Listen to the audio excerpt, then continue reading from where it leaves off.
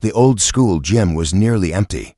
Balloons deflated in the corners. Paper streamers hung loose from the rafters, and a few forgotten plastic cups rolled across the polished floor. Whenever the evening breeze slipped through the cracked window, the music had stopped an hour ago, and the laughter of students was only a memory now. Mark Evans, mop in hand, leaned against the handle for a moment, breathing out a tired sigh. His back ached from bending, his hands were raw from cleaning chemicals, and his sneakers once white were gray and worn thin. He had been working as the school's janitor for almost 4 years now, and though it wasn't glamorous, it was steady. Steady was what his little girl, Emily, needed. Emily was 8, bright-eyed, curious, and far too wise for her age. She was waiting at home right now with a half-finished science project spread across the kitchen table. Mark promised he would help her finish it before bedtime.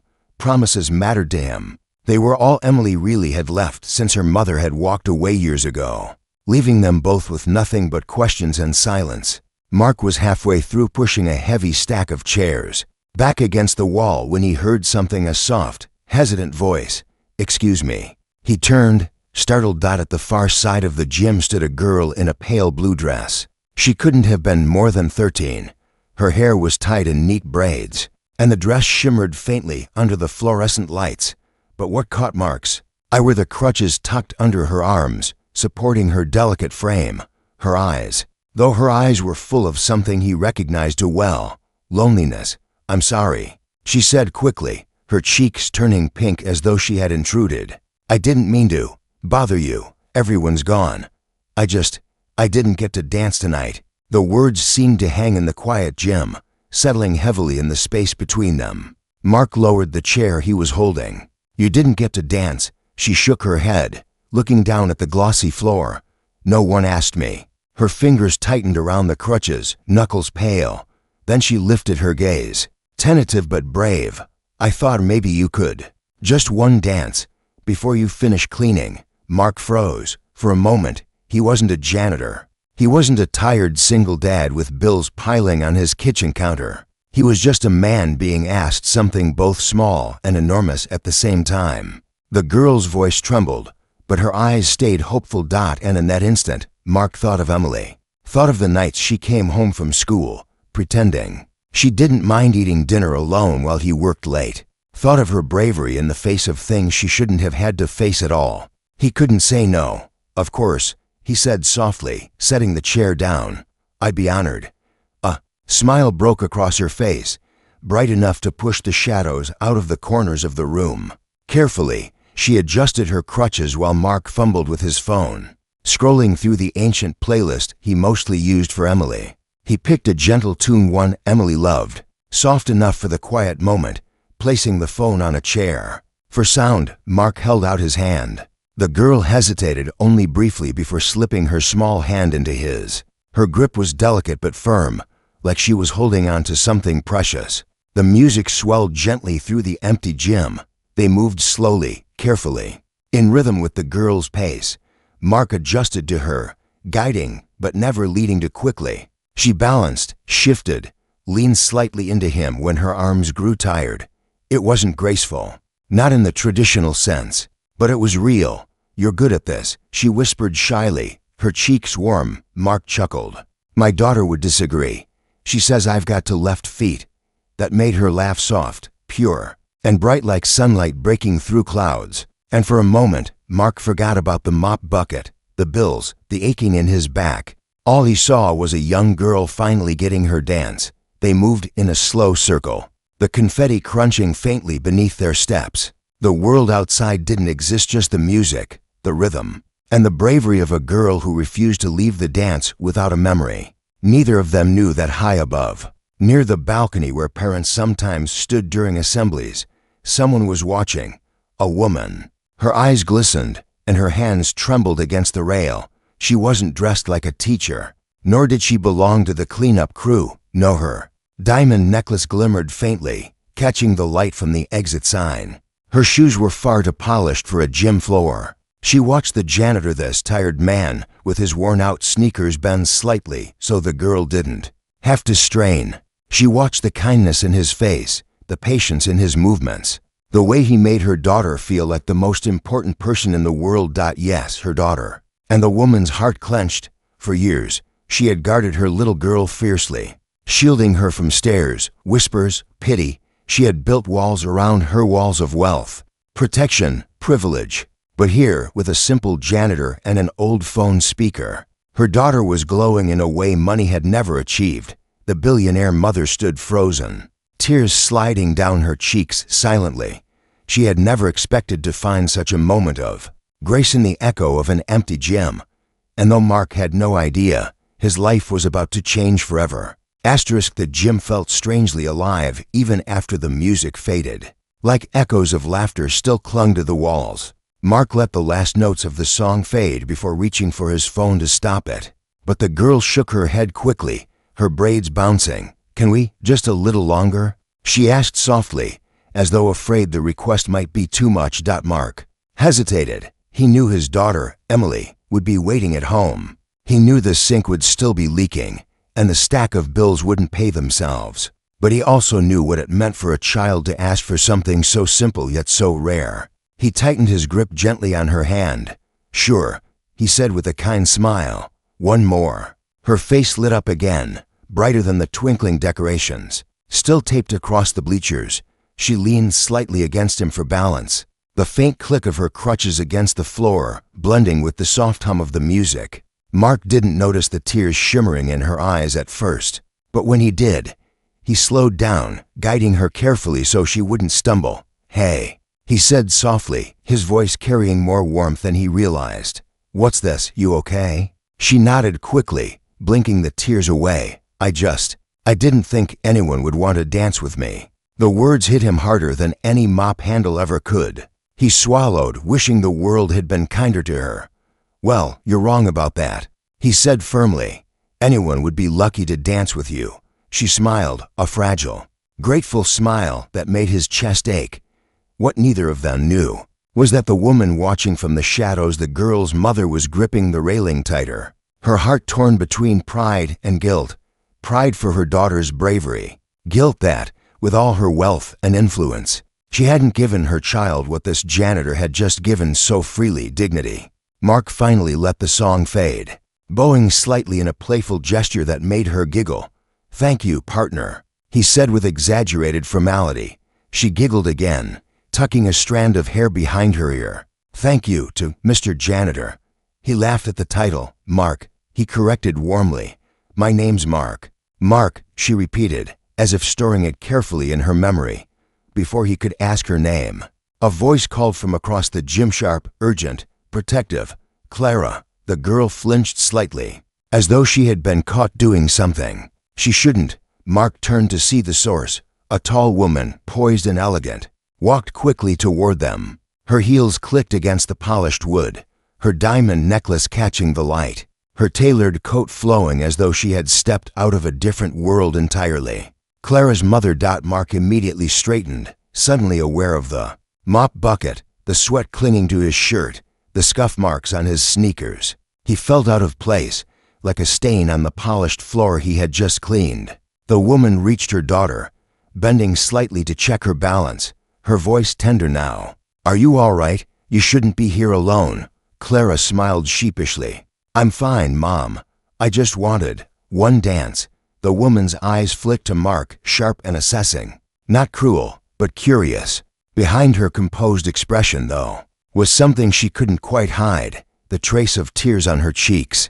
Mark opened his mouth to apologize, but before he could, Clara spoke again. "He was kind to me, Mom. He danced with me when no one else would." The words lingered in the air, heavy with meaning. The billionaire mother studied Mark, this janitor, with tired eyes and calloused hands. He expected her to dismiss him, maybe even scold him for overstepping. But instead, she simply nodded once, slowly, as though filing this moment away. "Thank you," she said softly, her voice steadier than her trembling hands. Mark shifted uncomfortably. "Of course," he murmured, unsure what else to say. Clara hugged her mother's side, still glowing from the dance. The woman placed a gentle hand on her daughter's shoulder, but her gaze lingered on Mark just a second too long, as though she had seen something that unsettled her. when they finally walked away. The sound of their footsteps faded, leaving Mark once again alone with confetti and silence. He let out a long breath, trying to shake off the strange intensity of the moment. But deep down, he couldn't. Something had shifted. He didn't know what. He didn't know why. But he knew the night wasn't over, at least not for his heart. Because somewhere in the shadows of that gym, a powerful woman had seen him not as a janitor, but as something more. And that unseen gaze was about to change the course of his life in ways he could never have. Imagine the night after the school dance. Mark sat at the small kitchen table with his daughter, Emily. The table was covered in glue sticks, colored paper, and a half-finished science project shaped like the solar system. Emily's tiny hands worked carefully, painting Jupiter with streaks of red and orange. "You promised Saturn would have rings," she said, frowning as she leaned over the cardboard. Mark smiled, brushing a streak of paint across his own cheek. "Accidentally. And Saturn will have the most beautiful rings this side of the galaxy. Just wait and see." Emily giggled, but Mark's eyes lingered on her longer than he meant to. She had her mother's smile, but her strength, that came from somewhere else. Somewhere he didn't even know he had until life had forced it out of him. Or still, while he joked with Emily, his mind kept drifting back to the girl from the gym, Clara. The way she had looked at him with such pure hope. The way her laughter had filled the empty space. The way her mother had stood in the shadows watching. He hadn't been able to shake it. And yet, he told himself, their worlds were far too different.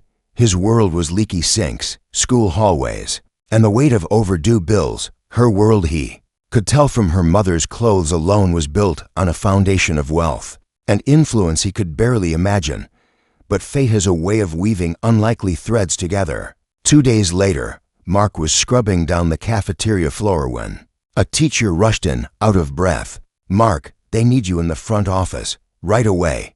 He frowned, wiping sweat from his brow. The office never called for him unless there was some kind of problem. He left the mop leaning against the wall and hurried down the hallway, his sneakers squeaking faintly against the tiles. When he pushed the office door open, his breath caught. Sitting in the waiting area was Clara, the same girl. Her crutches leaned against the chair beside her. She looked up, her eyes brightening the moment they met his. "You," she said, almost too loudly. "I was hoping it was you." Mark blinked, caught between surprise and confusion. "Clara, what are you doing here?" Before she could answer, the door to the principal's office opened. Out stepped the woman he remembered all too well, Clara's mother. Her presence filled the room without effort, elegant yet commanding. She looked at him, her expression unreadable, then turned to her daughter. "Clara, it's time." But Clara shook her head stubbornly.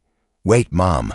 I want him to come with me." She pointed straight at Mark. The principal, standing behind the mother, looked startled. "Mr. Evans," Mark raised his hands slightly. "I don't know what's going on here." The woman's gaze lingered on him again, heavy but not unkind. After a moment, she nodded. "If that's what she wants, then yes, please, come with us." Mark felt his stomach twist. Whatever this was, it was far beyond anything he had expected when he came to work that morning. But Clara's hopeful eyes gave him no room to refuse. Minutes later, he found himself walking beside them out of the school and toward a sleek black car, waiting by the curb.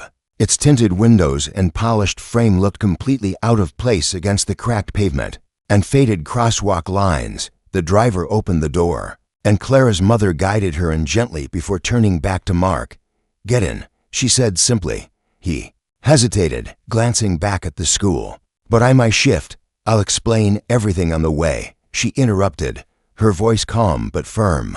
"Please." For reasons he couldn't fully name, Mark obeyed. Inside, the car smelled faintly of leather and roses.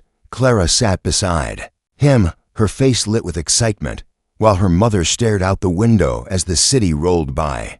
For a long time, no one spoke. Mark's mind raced with questions, but none seemed safe to ask. Finally, Clara broke the silence. "I told her about the dance." Mark turned toward her, startled. "You did?" She nodded proudly. "I told her you were the only one who treated me like I belonged, like I wasn't different." Her voice softened. "That meant everything to me." Mark's throat tightened, but before he could reply, Clara's mother finally spoke. "My daughter hasn't danced in years," she said quietly, still looking out the window. "Doctors told me she would never, well, that she shouldn't. Try, too risky, too painful. So I stopped letting her. I thought I was protecting her." Her voice faltered, but only slightly. "Then I saw her with you, smiling, alive." Mark sat frozen, the weight of her words pressing down on him. The woman finally turned, her eyes locking on his. "I need your help." Those four words carried a gravity he couldn't ignore. A billionaire asking a janitor for help, it made no sense.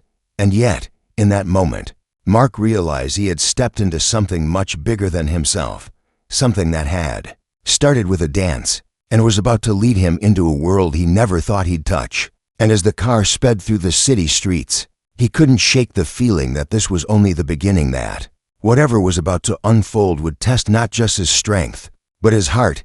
The car slowed to a stop in front of a building that made Mark blink twice, convinced at first that he had misunderstood where they were going. Towering glass walls reflected the skyline, and the golden letters across the top gleamed even in the fading light. He had walked past this place before, always from the other side of the street, always with a quiet awe. It wasn't just any building, it was one of the city's most recognizable landmarks, home to powerful executives and people who never worried about things like late rent or empty refrigerators. When the driver opened the door, Clara hopped out first, steadying herself with her crutches. She looked back at Mark with a grin, as though this were the most ordinary thing in the world. But to him, every step felt like he was trespassing on ground that didn't belong to people like him. Her mother stepped out last. Her heels clicked confidently against the marble walkway, as if the entire building bowed to her presence. She glanced at Mark once, a flicker of thought passing behind her eyes, then motioned for him to follow. Inside, everything sparkled. Chandeliers hung like frozen waterfalls, the lobby stretched endlessly, and the air smelled faintly of lilies. A receptionist greeted them with a respectful nod. "Good evening, Mrs. Reynolds." So now he had a name for her. Reynolds, the name alone carried weight. He'd heard it before, whispered on news reports and printed on billboards around the city. She wasn't just wealthy, she was a force. Mark's palms grew damp. He was just a janitor. Why was he here? They rode the elevator to the top floor in silence. Clara leaned lightly against him for balance, comfortable in a way that surprised him. He found himself steadying her instinctively, as though she'd been his responsibility all along. When the doors opened, the view nearly stole his breath. A sprawling office stretched before them, floor-to-ceiling windows showcasing the city. Lights. Behind a polished desk sat photographs of Clara at different ages, smiling in ways she hadn't smiled at the dance. Mrs. Reynolds gestured toward the sofa. "Please, sit." Mark lowered himself carefully, unsure whether his work-worn clothes even belonged on furniture like this. Clara perched beside him, her eyes darting between her mother and him with anticipation. Finally, Mrs. Reynolds spoke, her voice steady but edged with something deeper. "Mr. Evans, I owe you an explanation." She clasped her hands together. "You gave my daughter something that money has never been able to buy: confidence, joy. I've spent years protecting her, shielding her from pain, from disappointment. But in doing so, I've also kept her from living." Clara's gaze softened, and she squeezed Mark's hand quickly, as if to confirm every word. Mrs. Reynolds went on. "I want to change that, and I need your help. I need someone, someone who will see Clara as more than her challenges." "You did that without hesitation." Mark felt the words sinking like stones dropping into water. He shook his head lightly. "Ma'am, I'm just a janitor. I don't know what you're asking me to do." Her eyes sharpened. "Don't underestimate what you've already done. You gave her courage when no one else would. I'm asking you to stay in her life, mentor her, guide her, show her what the world looks like beyond pity and privilege, not as an employee, not as a charity case, but as someone who cares." The request caught him off guard. His mind flashed with Emily at home, waiting for him with homework and bedtime stories. His daughter needed him too. Could he really add more? As if sensing his hesitation, Clara leaned closer. "Please, Mark, don't say no. You're the first person who made me feel normal." Her words broke something inside him. He thought of Emily, how much it meant when someone went out of their way to see her, to believe in her. Maybe this was the same. Mrs. Reynolds watched him silently, her expression calm but searching, as though she was testing whether his heart was as steady as it seemed. The weight of the moment pressed heavily on Mark's shoulders. He could walk away, go back to mops and late-night repairs and bills stacked on the counter. Or he could step into something entirely new, something he didn't understand but felt strangely called toward. Finally, he nodded slowly. "All right, I'll help. But not because of who you are, Mrs. Reynolds. Because of her." He glanced at Clara, whose smile nearly lit the entire room for the first time. Mrs. Reynolds' guarded expression cracked, and her eyes glistened faintly with unspoken relief. But even as she thanked him, Mark couldn't shake the nagging thought that this was only the beginning, that stepping into their world would test him in ways he wasn't ready for. And somewhere deep inside, an invisible line had been crossed, tying his life to theirs in a way that neither wealth nor circumstance could undo. The weeks that followed unfolded in ways Mark never could have imagined. What started as a single dance in a school gym had somehow drawn him into a life so far removed from his own that at times he wondered if he had stepped into a dream. Clara called him often, her cheerful voice filling his evenings in between Emily's laughter and the hum of their old refrigerator. Sometimes it was about small things, her homework, a book she was reading, or simply the way the city looked from her window at night. Other times, it was heavier. She asked him questions about belonging, about why kids at school whispered when she walked by, about why even teachers treated her differently. Mark never had perfect answers, but he had honesty, and Clara seemed to treasure that more than anything. One Saturday afternoon, Clara's mother, Mrs. Reynolds, called with an invitation that startled him. "Bring Emily," she said over the phone. "The girls should know each other." Mark's first instinct was to decline. Emily had grown up in a world where money was always tight, where her toys were secondhand and her birthday cakes homemade. What place would she have in a penthouse with marble floors? But Emily's excited squeal when she overheard the invitation silenced his doubts. And so, that evening, Mark found himself standing with Emily in front of towering glass doors, feeling as though he had accidentally wandered into the wrong world. Emily clutched his hand tightly, her wide eyes drinking in the golden lights above them. When the doors opened, Clara was waiting. Her crutches clicked softly against the polished floor as she hurried forward, her smile wide and genuine. "Emily," she greeted, as though they had been friends forever. The two girls connected instantly. Within minutes, they were sprawled across Clara's room, coloring books open, stories spilling from their lips as though they had always been meant to share them. Mark stood in the doorway, watching, a lump forming in his throat. Emily had been lonely more often than he wanted to admit. Seeing her laugh freely with Clara felt like a gift. Behind him, Mrs. Reynolds appeared, her voice softer than he had ever heard it. "They're good for each other." Mark nodded, his gaze still on the girls. "Yeah, they are." She studied him for a long moment, as though trying to solve a puzzle she couldn't quite piece together. Then she said quietly, "And you're good for her too." Her words caught him off guard. He turned, meeting her eyes, and for the first time, he noticed the faint weariness behind her polished exterior. Wealth had built walls around her, but inside those walls, she carried her own battles, ones no money could erase. As the evening went on, laughter filled the Reynolds home in a way it hadn't in years. The girls put on a silly performance, with makeshift costumes, twirling in mismatched socks, while Mark clapped loudly from the sofa. Even Mrs. Reynolds, usually so composed, laughed until tears threatened her perfectly done makeup. But beneath the warmth of the night, an unspoken tension lingered. Mark could feel it every time Mrs. Reynolds looked at him for a second too long. Every time her voice softened when she spoke to him, it unsettled him, because he knew the distance between their worlds, and yet he couldn't deny the pull. When the evening ended and he gathered Emily's coat, Clara hugged him tightly. "Promise you won't disappear," she whispered.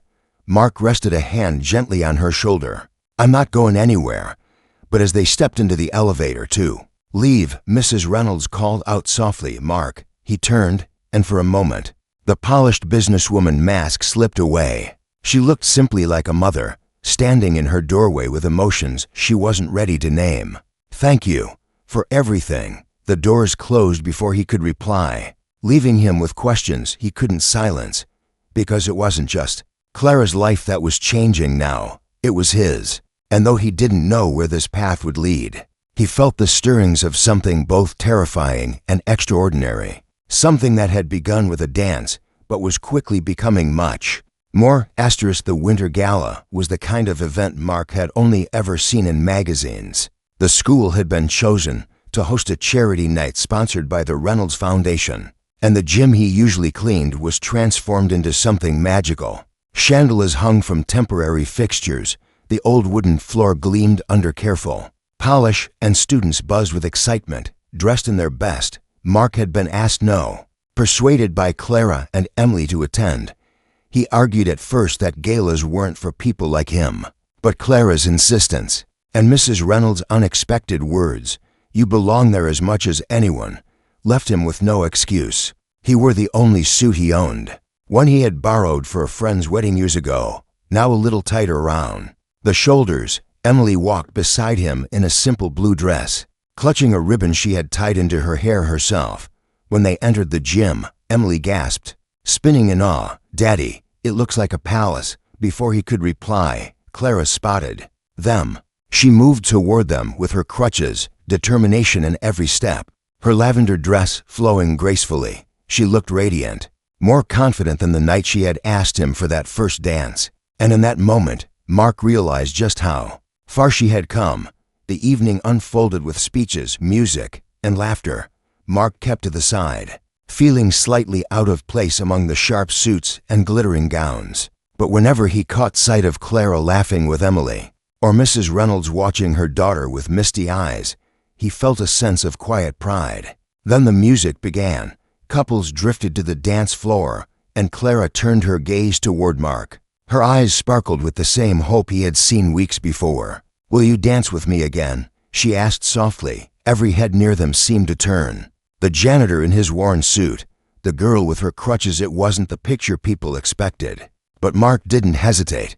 He took her hand, steady and sure. The music wrapped around them as they moved together. This time, Clara's steps were steadier, her movements braver. She leaned on him when she needed to, but she carried herself with a new strength, as if she finally believed she belonged in every moment.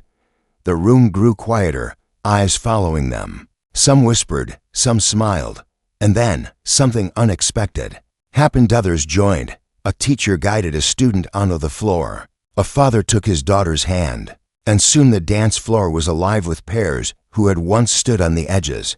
Clara laughed, a sound as bright as bells. "They're dancing because of us," she whispered. Mark squeezed her hand. "No, Clara, they're dancing because of you." When the song ended, the room erupted in applause. Clara blushed, her eyes shining, while Mrs. Reynolds pressed a trembling hand to her lips. She had never seen her daughter so free, so alive. Later, when the crowd thinned and Emily had fallen asleep against Mark's shoulder, Mrs. Reynolds approached him quietly. The strength in her eyes was softened now, vulnerability seeping through. "You changed her life," she said, her voice hushed but steady. "And you've changed mine." Mark looked at her, unsure how to respond. But she continued before he could. "For so long, I thought protecting Clara meant building walls. You showed me that sometimes love means letting her fly even if it scares me. I don't know how to thank you." "You don't need to," Mark said gently. He shifted Emily in his arms, brushing a strand of hair from her face. "Sometimes the smallest things we do matter more than we realize." For a long moment, they stood there in silence, two very different lives bound together by the laughter of their children. Then Mrs. Reynolds smiled faintly, one of the rare, genuine smiles he had seen from her. As they prepared to leave, Clara reached for Mark's hand. "Promise me something?" she asked, her eyes searching his. "Anything," he replied. "Don't disappear, even when the world says we shouldn't be connected. Promise me you'll still be there." Mark swallowed hard, his voice thick. "I promise." And as they stepped out into the crisp night air, the city lights shimmering around them, he realized that promise wasn't just for Clara. It was for Emily. It was for Mrs. Reynolds. It was for himself. Because sometimes the most extraordinary journeys begin in the simplest moments: a mop bucket, an empty gym, and a single dance. What had started as kindness had become something life-changing, weaving together lives that were never meant to cross, yet somehow always destined to. And though the road ahead was uncertain, Mark knew one truth, with unshakable clarity: this was only the beginning of a story none of them would ever forget.